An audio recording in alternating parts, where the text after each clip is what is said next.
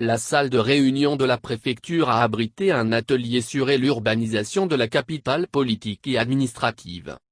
Le nouveau schéma directeur des urbanismes de la capitale politique et administrative de la Côte d'Ivoire sera prêt et livré en novembre.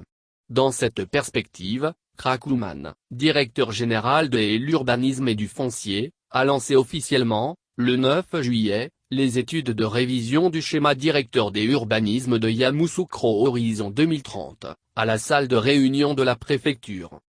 Cet atelier de lancement des études vise à réunir, entre autres, les représentants du secteur public, la chefferie traditionnelle, le secteur privé, la société civile, et les faits d'échanger et de prendre en compte les préoccupations et suggestions de toutes ces couches.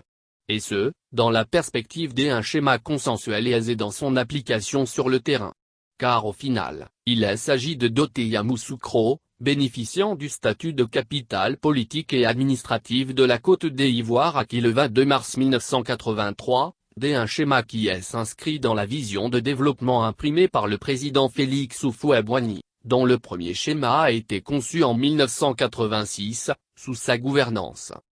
Après quoi, Yamoussoukro a bénéficié d'un plan directeur des urbanismes en 1997, sous l'autorité de l'ancien ministre résident du district autonome de Yamoussoukro, Jean Konambani.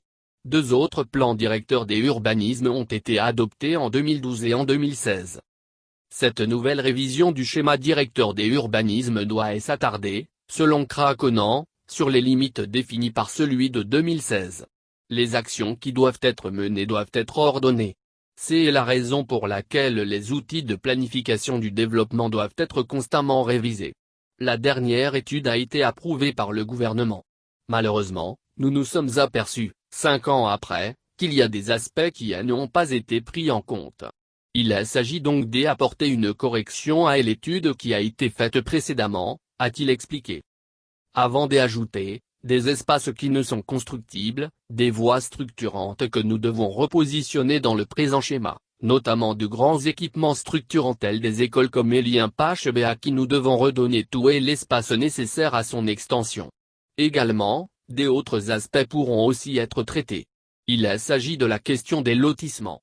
Il a, en outre, souligné que ces révisions successives ne sont pas spécifiques à Yamoussoukro. Selon Stéphane Baou, directeur du cabinet Agence africaine des aménagements et des urbanismes, Yamoussoukro, au regard de son statut de capitale, ne peut pas être planifié comme les autres villes de Côte d'Ivoire. C'est donc cette grille que nous allons prendre en compte, en plus de la vision du président Félix Houphouët-Boigny et des autres éléments, précise-t-il.